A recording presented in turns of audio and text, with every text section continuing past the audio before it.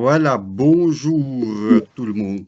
Bienvenue à ce webinaire consacré à la facturation électronique via PayPal, la nouvelle réglementation qui entrera en vigueur le 1er janvier 2026. On a encore quelques mois donc. Nous avons invité Lucie qui va expliquer comment mettre votre administration en conformité avec PayPal. Et après l'exposé de M. Tiss, vous pouvez poser vos questions. Le plus simple, c'est de les formuler via le chat. Maintenant, je passe la parole à Arthur Tiss, qui est le Business Developer chez Lucie, et je vous souhaite une excellente réunion. Merci Johan. Bonsoir tout le monde. Je ne sais pas si on voit bien mon écran là. Est-ce que vous pouvez juste confirmer dans le chat? Il faut encore le mettre, Arthur, en présentation. Mode présentation, parce que maintenant on voit encore. Voilà. Super. Voilà. Merci. Vous voyez bien mon écran. Parfait. Je vais juste. Ok, voilà, du coup, merci pour l'introduction. Donc, comme on disait, moi, c'est Arthur Thies, je suis business developer, donc c'est moi qui m'occupe pour la partie commerciale chez Lucie. Donc, dans un premier temps, aujourd'hui, on va vraiment parler de la nouvelle réglementation PayPal, donc du réseau PayPal et de la nouvelle réglementation par rapport à la facturation électronique.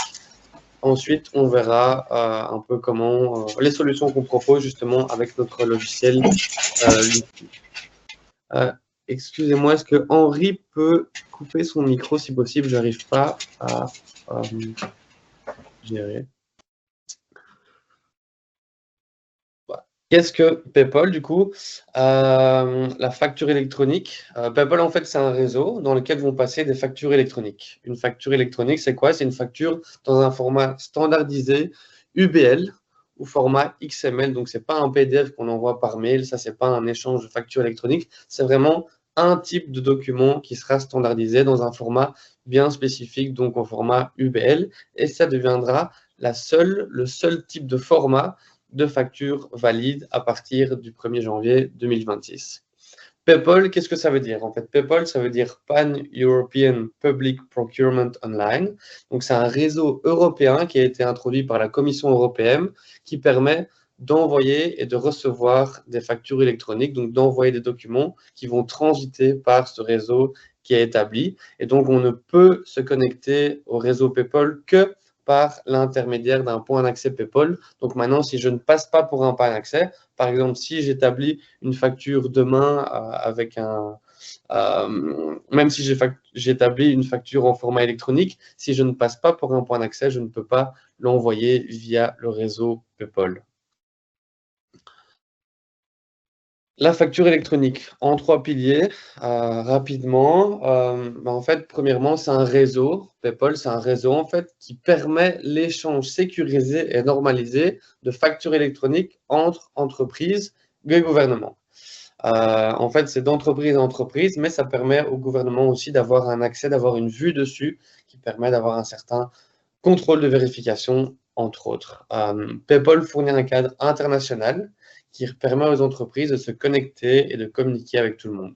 Les factures peuvent être envoyées rapidement, de manière fiable, au bon destinataire, parce qu'il y a une vérification qui se fait, sans nécessité d'intégration technique complexe pour chaque partie, parce que la partie technique, on va dire, est prise en charge par le point d'accès par lequel vous transitez pour échanger vos documents.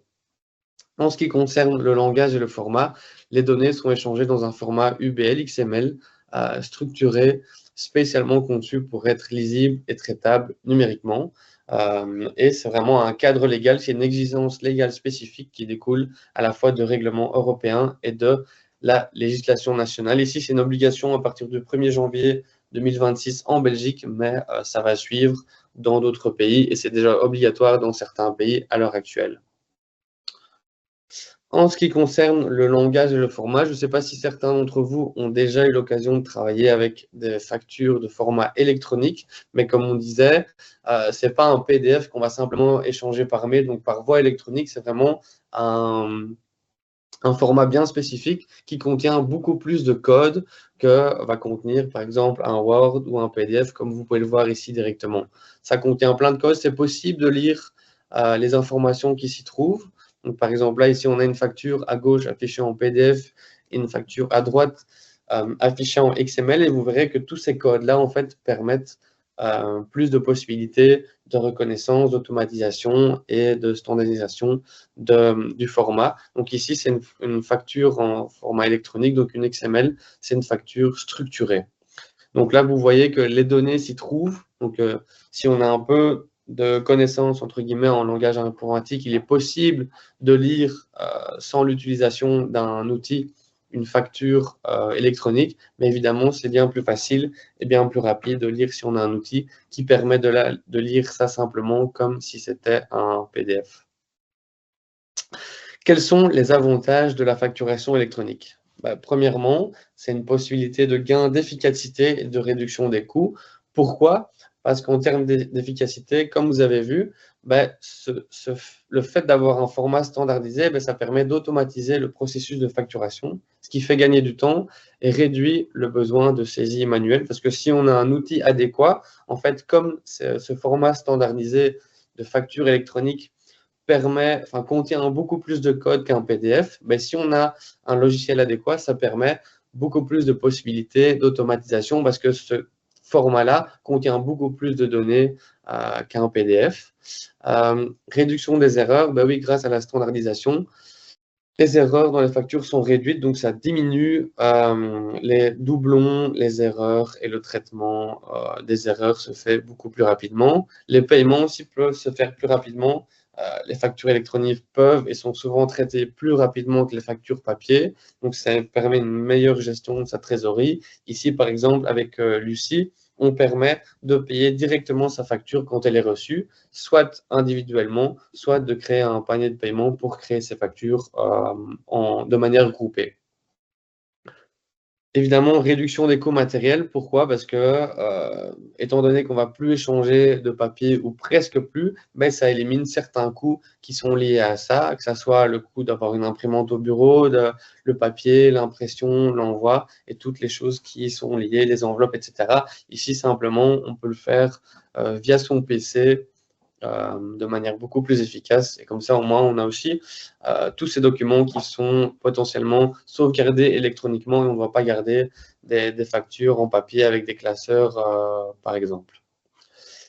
Je ne l'ai pas mentionné au début, mais si jamais vous avez des questions, s'il vous plaît, écrivez-les dans le chat et j'y répondrai soit à la fin, soit petit à petit si jamais j'en vois passer l'une ou l'autre par rapport à ce que je suis en train de présenter.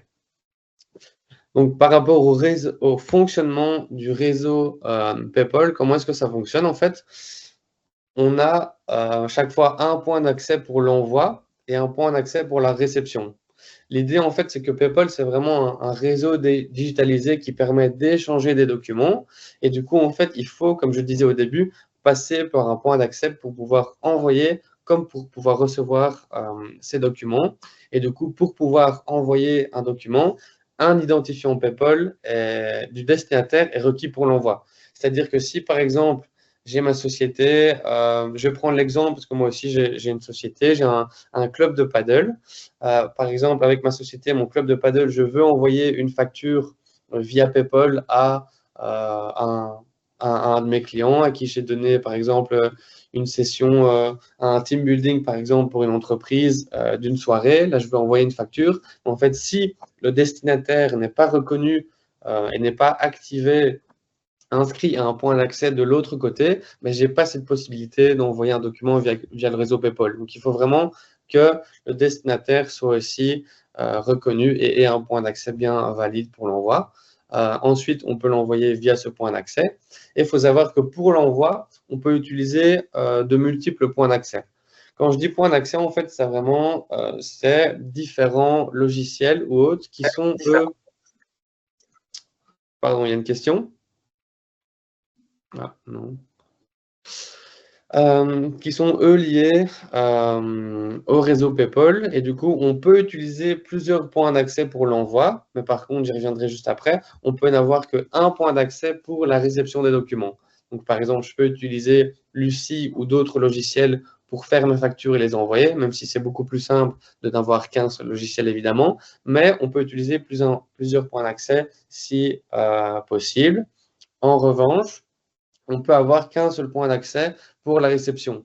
Donc, ça veut dire que si vous choisissez Lucie avec l'entreprise comme point d'accès pour la réception de vos documents, mais vous ne pouvez pas choisir, par exemple, Odoo en même temps. Si vous avez votre point d'accès, donc votre entreprise et le numéro d'entreprise qui est lié à ce point d'accès-là, il faut d'abord le désactiver pour l'activer ensuite chez un autre point d'accès. Du coup, on peut utiliser plusieurs pour l'envoi, mais c'est obligatoire d'en avoir qu'un seul pour la réception des documents. Ce qui permet du coup que l'entreprise reçoive bien ces documents à un seul et même endroit et ça maintient la sécurité et la confidentialité. Pour expliquer un peu comment fonctionne le réseau PayPal, comme je disais, on peut utiliser plusieurs points d'accès pour l'envoi, mais on n'en a qu'un seul pour la réception, pour la destination.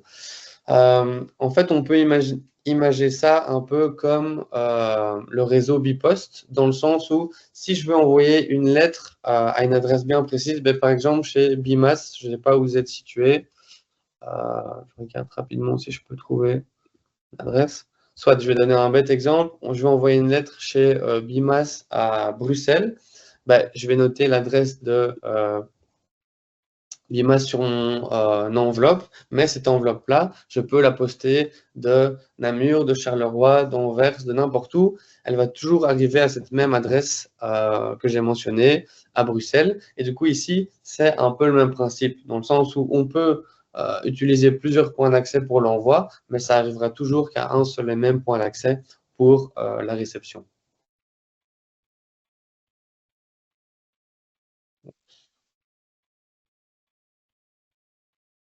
À qui appartient la boîte de réception PayPal?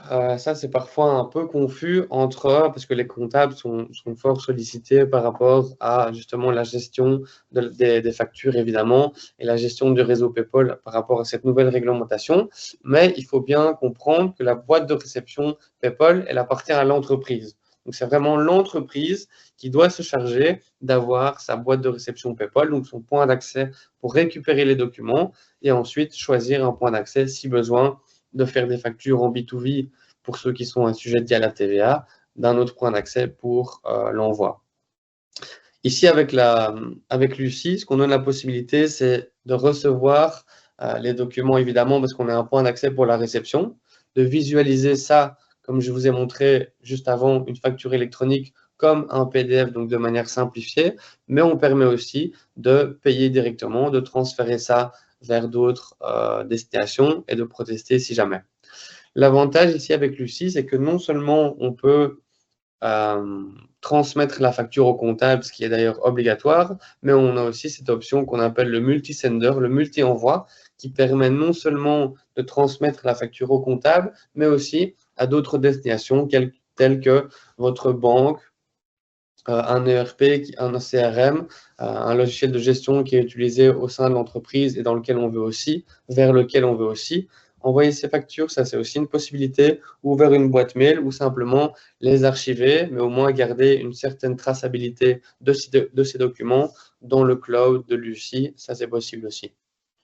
Donc, on a vraiment la possibilité, d'une part, de transmettre ça au comptable et d'autre part, vers une autre destination éventuellement.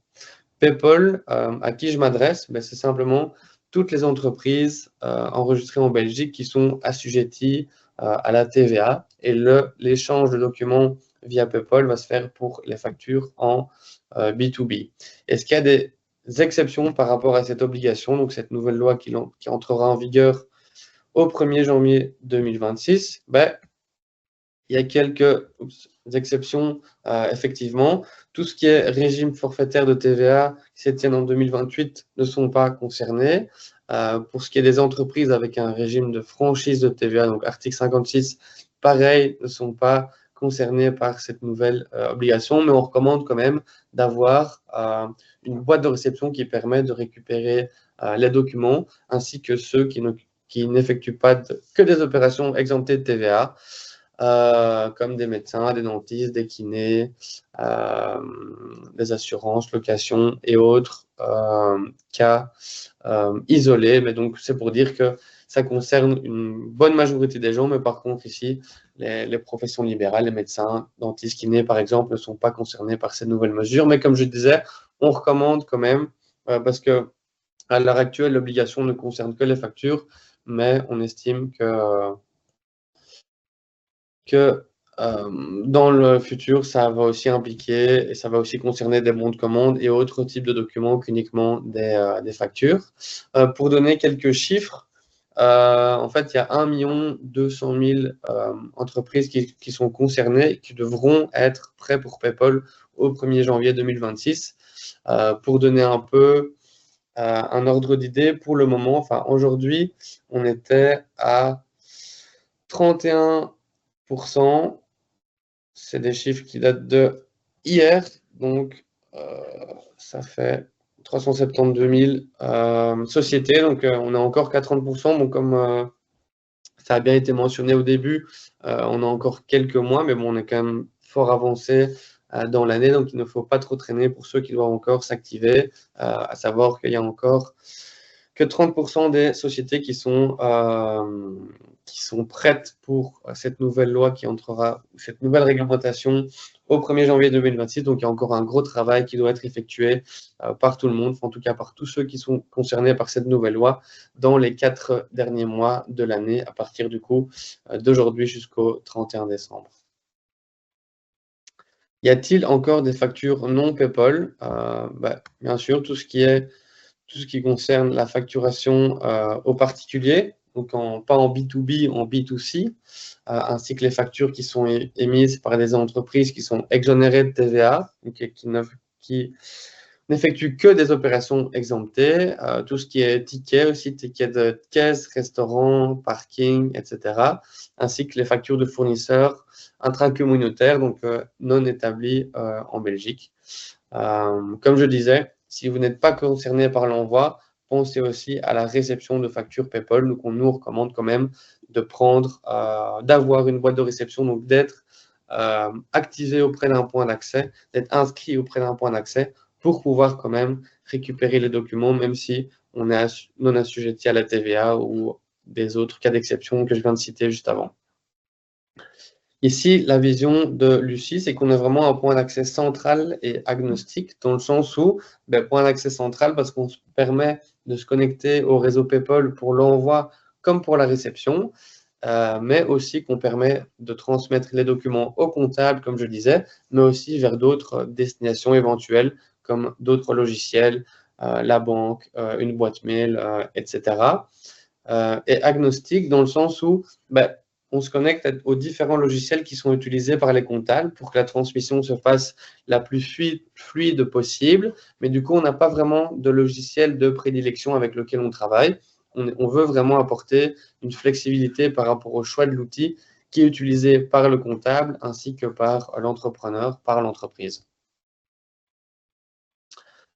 Pour expliquer, mettre un peu de manière imagée, de manière schématique ce que je viens d'expliquer, là c'est simplement un petit schéma pour que vous compreniez mieux l'image en tête. Du coup, comme je disais, on a vraiment d'un côté la plateforme pour le comptable et d'un autre côté la plateforme pour le client qui sont potentiellement interconnectés, mais ça ne veut pas dire que l'entrepreneur ou l'entreprise ne peut pas juste utiliser Lucie sans que son comptable utilise. Les deux fonctionnent. Comme je disais, on veut pouvoir permettre et apporter une certaine flexibilité, que ce soit au niveau de l'entreprise comme au comptable. Pour expliquer un peu comment on fonctionne, mais comme je disais, on se connecte à différents logiciels comptables pour la plateforme du côté comptable et pour le client. Pour l'entreprise, on a plusieurs cas de figure qui peuvent s'appliquer en fonction de vos besoins, en fait, tout simplement. On a du côté entrepreneur Lucie Inbox pour ceux qui ont uniquement besoin de la boîte de réception, par exemple pour ceux qui ne doivent pas envoyer de facture en B2B via le réseau PayPal ou bien ceux qui ont déjà un logiciel à l'heure actuelle. Ça, c'est clairement une option. Ensuite, on a Lucie Business. Donc ça, c'est une option qui permet d'envoyer comme de recevoir ces factures. Et du coup, à ce moment-là, on a 3 types d'abonnements différents sur lesquels je reviendrai petit à petit. Au niveau des fonctionnalités, en ce qui concerne l'entreprise, l'entrepreneur, premièrement, on a une boîte de réception PayPal donc qui permet évidemment de récupérer les documents et d'avoir tous ces documents qui sont bien repris dans une boîte de réception claire et unique dans laquelle vous pouvez effectuer vos paiements, télécharger, archiver et vraiment gérer tous les documents entrant comme sortant de manière claire et intuitive. Ensuite, on a un module de facturation qui permet de créer et d'envoyer ces factures de vente simplement via le réseau PayPal ou par mail éventuellement. Au niveau de la connectivité, on peut, comme je disais, établir une connexion directe avec le logiciel qui est utilisé par votre comptable. Et du coup, ça permet un échange de documents hyper rapide et que lui puisse avoir accès directement à vos documents comptables et puisse les encoder et les comptabiliser tout de suite. Et on peut aussi payer ses factures fournisseurs directement dans la plateforme, soit sur base de paiement unique, soit via un paiement groupé, créer un fichier pour faire un paiement groupé. Ici, c'est pour un peu expliquer les différentes connexions qu'on a, pas toutes, mais certaines avec d'autres logiciels ou des banques. Comme je disais, on a ces différentes possibilités de payer, pouvoir lire ça de manière claire, recevoir, envoyer, contester, mais on peut non seulement envoyer au comptable, mais aussi vers d'autres destinations, une banque comme KBC, AXA pour effectuer ses paiements, ses archives directement pour garder une traçabilité des documents, ou bien d'autres logiciels. Ici, je vois les logiciels comptables comme Winbooks, etc. Voilà. Pour les possibilités de connexion, là, je vous montrerai juste après à quoi ça ressemble. Là, vous avez un petit aperçu sur le dashboard, donc la page d'accueil qu'on propose pour l'entreprise dans laquelle vous allez retrouver la connexion avec votre comptable, un petit aperçu des documents par rapport à ce qui vous reste à payer pour les factures d'achat, ainsi qu'un petit aperçu qui concerne les factures de vente et que sur base de la date d'échéance, ils vont vous indiquer ce qui reste encore, ce qui est encore non payé, ainsi que ce qui reste à payer en retard, presque dû, et plus tard sur base de la date qui était mentionnée dans le document. Ça, c'est pour la page d'accueil. Ensuite, on a ici accès aux documents. Comme je disais, c'est vraiment ici la boîte de réception qui permet de gérer ces documents, de les traiter, de les télécharger et de les transmettre non seulement au comptable, mais aussi vers d'autres destinations éventuelles, donc ce qu'on appelle le multisender, comme j'ai dit juste avant. Ensuite, on a évidemment, comme mentionné, un module de facturation. Là, c'est un petit aperçu du module de facturation. Donc, simplement, quand vous créez une facture, il vous suffit de cliquer sur le client que vous voulez facturer, soit qui est déjà enregistré dans votre base de données, soit que vous allez créer directement au moment de faire votre facture. Et ensuite, tout simplement, le numéro de facture est calculé automatiquement. Vous avez simplement à ajouter les lignes d'articles en fonction du nombre d'articles que vous devez ajouter dans la facture. Vous ajustez le montant, une réduction éventuelle ainsi que le taux TVA et ensuite vous pouvez ajouter une remarque additionnelle ainsi que quelques documents PDF jusqu'à 3 par facture, par exemple des conditions générales de vente ou bien une timesheet ou autre. On peut chaque fois ajouter des PDF qui vont accompagner la facture si besoin.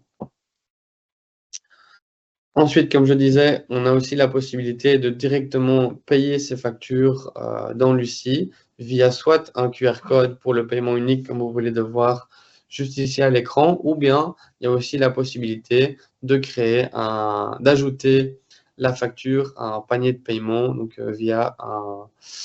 et ensuite de faire un paiement groupé via un fichier SEPA.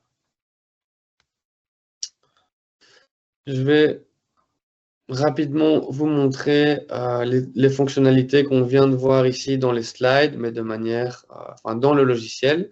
Donc là, j'espère que vous voyez le nouvel écran. Normalement, oui. Si jamais ce n'est pas le cas, faites-le moi savoir, s'il vous plaît. Donc là, comme je disais, je me situe dans la page d'accueil. Comment est-ce que je vais pouvoir effectuer un paiement? Simplement ici, si je clique sur mes factures, par exemple, qui sont encore non payées ou à payer en retard, on va aller dans celles qui sont non payées. Là, simplement, je vois ici que j'ai une facture. Hop, je peux payer maintenant. Et donc, à ce moment-là, si c'est une note de crédit, je peux cliquer sur payer maintenant, ou bien la possibilité aussi qu'on a, c'est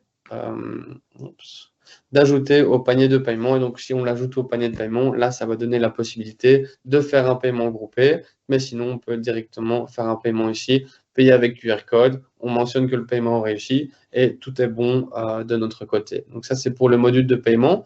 En ce qui concerne les documents, ça, c'est la vue que vous avez par rapport aux documents. Donc là, chaque fois, vous avez une indication sur le type de facture.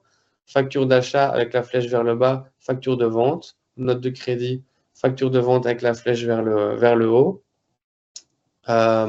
Et ensuite, vous avez le fournisseur, le statut de paiement, le montant, etc.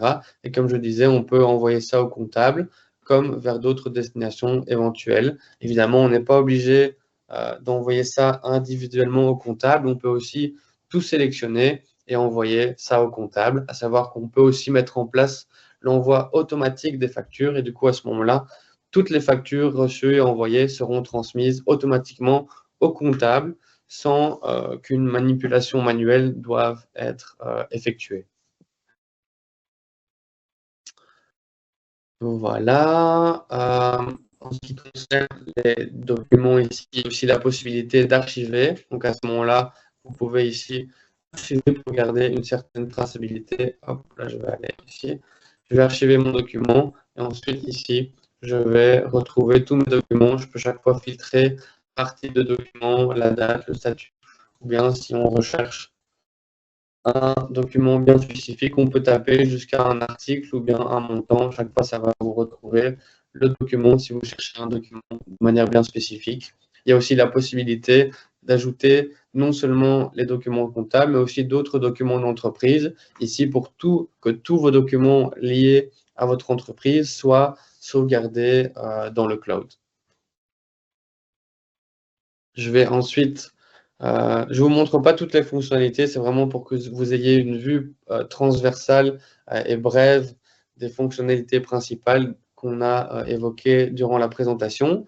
Mais je vais aussi vous montrer la facturation. Donc, comme je disais, c'est assez facile. La seule chose qu'il faut faire dans un premier temps, c'est bien ajouter les réglages, parce que comme je disais, la numérotation des factures se fait de manière automatique. Et donc, quand on commence à faire ces factures, à facturer dans Lucie, il faut bien mentionner le numéro de départ et la date à partir de laquelle on commence à émettre ces factures, parce que c'est sur base de ce numéro de départ-là qu'on peut, que la numérotation va se faire de manière automatique, ensuite facture par facture.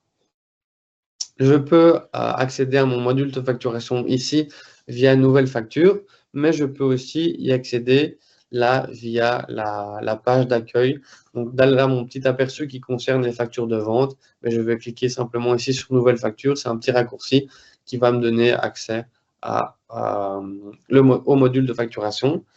Comme je disais, ici, on peut soit créer un nouveau client simplement en mentionnant la société ou bien le numéro TVA, ou bien on peut utiliser un client déjà existant, ce que je vais faire ici, par exemple avec mon club de paddle. Voilà. Une fois que mon client est ajouté, comme je disais, la numérotation de facture est ajoutée de manière automatique sur base du numéro que vous avez mentionné dans les réglages. Et ensuite, il vous suffit simplement d'ajouter, ici on a mis des dessins d'architecte parce que c'était un bureau d'architecte, plan 3D, dessin d'architecte, mais vous pouvez toujours ajuster ici le prix au besoin, ajouter des réductions ou bien changer le taux de TVA. Ici, on va quand même mettre 21% pour les deux, mais vous verrez que si je mets par exemple co-contractant, il y a la petite remarque légale qui va s'ajouter automatiquement ici qui concerne l'auto-liquidation. Et vous pouvez aussi utiliser les autres boutons qui se trouvent là si jamais vous devez ajouter d'autres remarques éventuellement.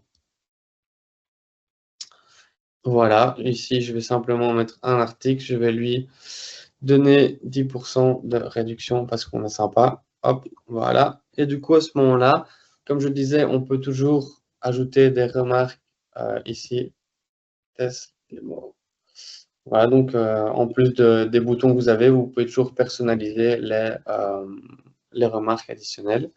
Et ici, j'avais ajouté mes conditions générales de vente dans les réglages, donc ça veut dire que ce document-là va d'office accompagner chaque facture, mais on peut aussi ajouter jusqu'à 3 fichiers PDF supplémentaires qui seront envoyés, par contre, ceux-là de manière unique avec cette facture-ci spécifiquement.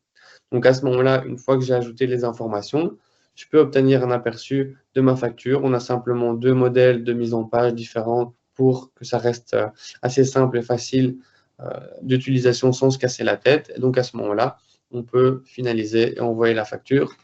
Pour répondre à la question de Jean-Marc dans le chat, en fait, ici, si le client n'est pas connu sur le réseau PayPal et qu'il n'est pas actif à un point d'accès, mais simplement, il y aura ce petit warning-là, et donc on n'aura pas la possibilité d'envoyer via le réseau PayPal. Et donc, à ce moment-là, on aura seulement la possibilité de l'envoyer par mail, ce que je vais faire ici.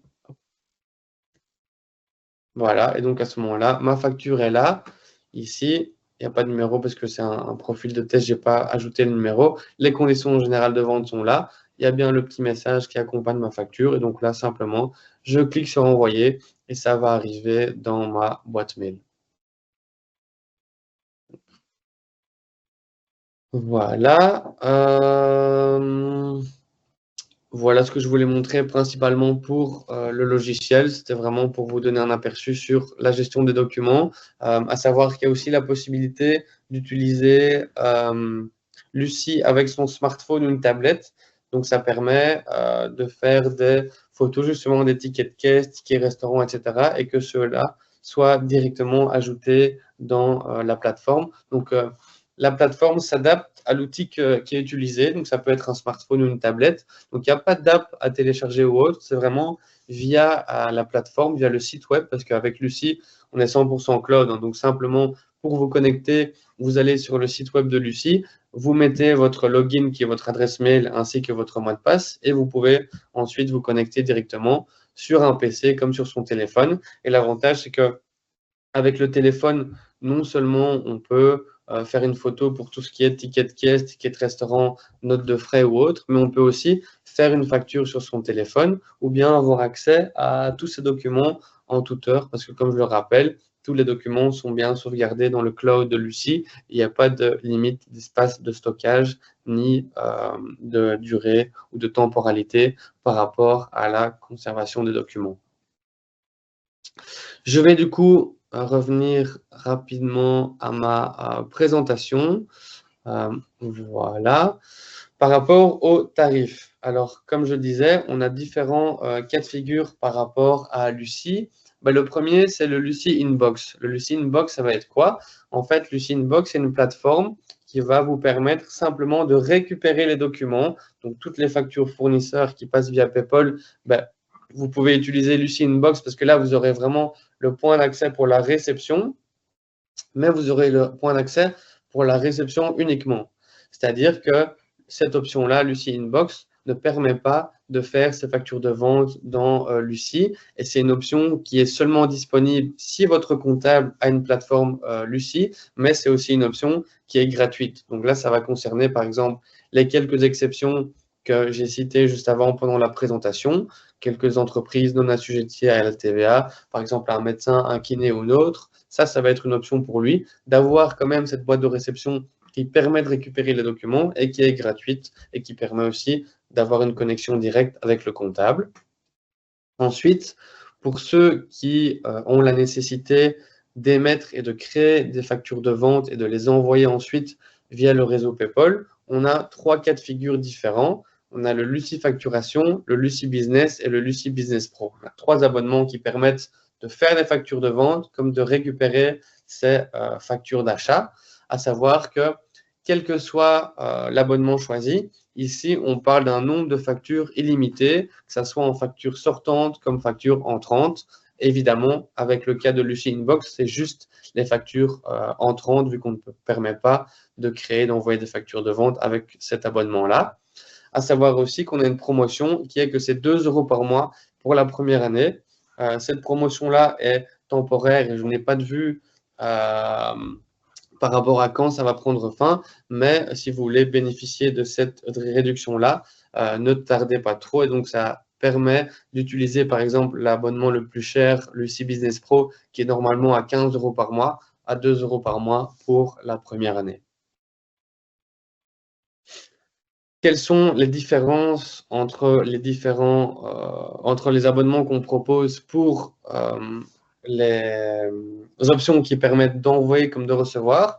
Le Lucie Facturation, donc celui à 4 € par mois après la première année, ce sera vraiment pour récupérer ces factures et les envoyer, mais on ne peut avoir qu'un utilisateur. On a l'inbox pour récupérer les documents, les archives et la connexion avec le comptable, mais on n'a pas les autres possibilités, d'autres fonctionnalités, comme quelques-unes que j'ai montrées, par exemple avec le Lucie Business, qui permet d'ajouter des utilisateurs.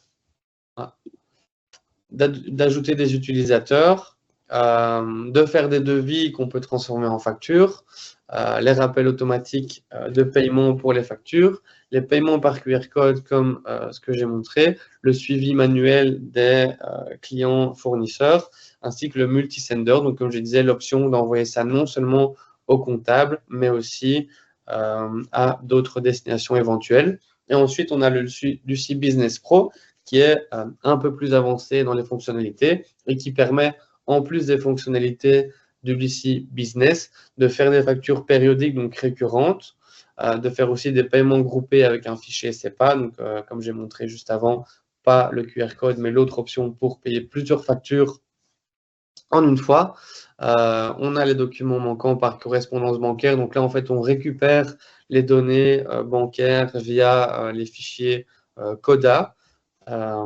Et ensuite, on a aussi les fiches fournisseurs, le suivi automatisé des clients fournisseurs en attente, et on a le multisender automatique et limité. Donc, on peut envoyer ça non seulement au comptable, mais d'autres destinations de manière automatique et sans limite de destination par rapport à ça.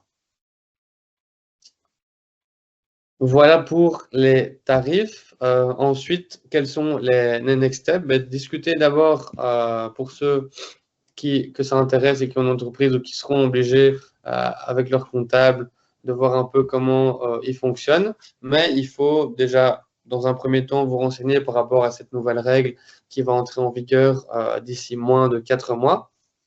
Regardez un peu avec le comptable quelle est la meilleure chose, la meilleure solution à prendre en main. Ici, si Lucie, par exemple, vous a plu par rapport au tarif, par rapport au design, au fonctionnement, vous pouvez toujours visiter notre site internet dans lequel vous trouverez des informations supplémentaires, mais regardez aussi avec votre comptable. Comme je disais, nous, on se connecte à n'importe quel logiciel comptable, donc on a vraiment des entreprises, des comptables qui travaillent avec toutes sortes de logiciels. On peut se connecter à n'importe quoi. Regardez si vos logiciels actuels sont compatibles. Pour ceux qui utilisent déjà, par exemple, un logiciel pour faire des factures à l'heure actuelle, voir si ce logiciel-là seront concernés par PayPal, ou bien certains seront peut-être connectés au réseau PayPal pour l'envoi, mais vous aurez quand même besoin d'une boîte de réception qui permet de récupérer les documents. Alors, Lucie Inbox peut être une option,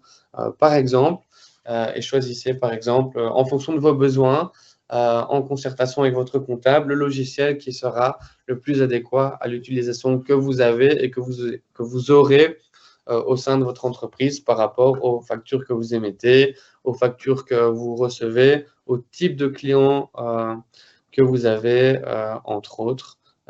Et mettez tout en œuvre pour le nouveau processus. Ce qui est important, c'est de bien se concerter avec son comptable pour que la transmission des documents se fasse de manière fluide, efficace et rapide. Parce que pour rappel, c'est vraiment l'avantage de la facturation électronique, c'est d'avoir un flux de transmission des documents qui soit plus efficace, plus rapide que ce que vous utilisez potentiellement actuellement. Voilà, du coup, ici, on on a la possibilité de tester Lucie pendant 30 jours de manière complètement gratuite. Donc, simplement via le QR code que vous scannez ici, vous y aurez accès. Ou bien, je vais aussi vous mettre directement dans le chat le lien vers le site. Et donc, comme ça, vous avez accès à d'autres informations éventuellement. Et c'est aussi via le site que vous pouvez directement vous enregistrer. Donc, je laisse un peu le QR code si jamais vous voulez scanner et bénéficier de ça. Et ensuite, je me permets de regarder un peu s'il y a d'éventuelles questions. Les programmes contiennent une gestion de stock. Alors, pour le moment, ici avec Lucie, on n'a pas de gestion de stock qui est intégrée là-dedans. Donc, si vous avez la nécessité d'avoir un programme de ce type-là, il faut peut-être regarder à un programme qui permet d'envoyer et de recevoir ces factures ou qui permet juste d'envoyer, mais qui a cette fonctionnalité de gestion des stocks qui est directement intégrée. Nous, on a essayé de développer un logiciel qui s'adapte un peu aux besoins de tout le monde de manière générale, mais on se doute bien que on ne peut jamais satisfaire tout le monde. Il y a des entreprises qui ont des besoins bien spécifiques et beaucoup plus spécifiques que d'autres. Et donc, à ce moment-là, il faut utiliser un logiciel qui soit éventuellement plus spécifique. Voilà, je ne sais pas s'il y a d'autres questions. Il reste encore quelques minutes. Moi, je n'ai pas forcément d'autres choses à vous montrer. Je pense que là, par rapport à PayPal, j'ai été assez bref, mais je vais donner une explication. Oui, alors je ne connais pas ce logiciel-là. Est-ce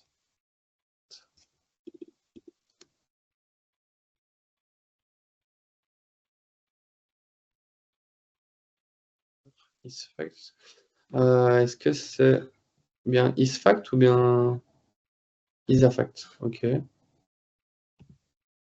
Alors, Isafact, je ne connais pas, mais effectivement. Ah, si, j'ai trouvé les sons, je sais. Ouais.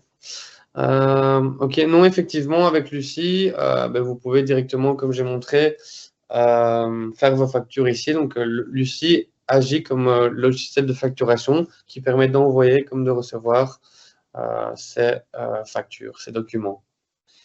Donc, non, pas besoin d'un logiciel de facturation en plus. Avec plaisir. N'hésitez pas, si vous avez d'autres questions, je reste encore un peu ici. Voilà, comme je disais, si jamais via notre site internet, là normalement vous devez voir le site, ben, simplement essayez gratuitement. Là, vous devez juste mentionner les informations qui sont ici, liées. Voilà, vos coordonnées. Et après, on va vous demander votre numéro d'entreprise. Donc, simplement, vous pouvez directement bénéficier de cette offre-là. Tester la plateforme pendant 1 mois si ça vous plaît. Ensuite, vous pouvez prendre un abonnement de votre choix. Comme je dis, pour le moment, c'est 2 € par mois pour la première année, même avec le Lucie Business Pro. Donc, c'est quand même une promotion qui est vachement avantageuse parce qu'avec le Lucie Business Pro qui est à 15 € par mois, ben, on économise pas mal d'argent. Si on doit faire une note de crédit, c'est possible, oui. En fait, évidemment, quand on envoie une facture, par exemple, qu'on fait une erreur et que la facture a déjà été envoyée, une facture de vente, je parle via le réseau PayPal, mais en fait, on ne peut pas revenir en arrière. Donc, à ce moment-là, il faudra faire une note de crédit obligatoirement pour annuler ou pour ajuster la facture qui a déjà été envoyée. Donc, avec Lucie, on permet éventuellement de faire facture de vente, note de crédit, ainsi que de faire des devis qui peuvent éventuellement être transformés, ensuite validés en facture. Et comme je disais, les devis, c'est uniquement pour l'abonnement Lucie Business.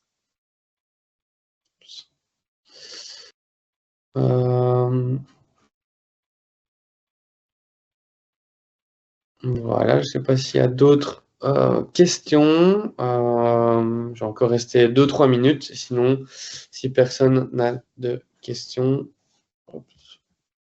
Mais tout le monde peut également poser ses questions via le mail. Okay. Nous, on reste en contact avec Arthur, donc il n'y a aucun souci pour ne pas réagir sur le mail. Donc, s'il y a encore des questions, vous pouvez toujours envoyer. Voilà, comme je disais, ça c'est On se fera un plaisir d'y répondre si jamais. Et si vous avez, voilà, comme je disais, des questions par la suite ou si vous êtes intéressé, vous pouvez toujours nous contacter, soit via Johan, soit via moi ou via le site internet directement. Il y a un formulaire de contact.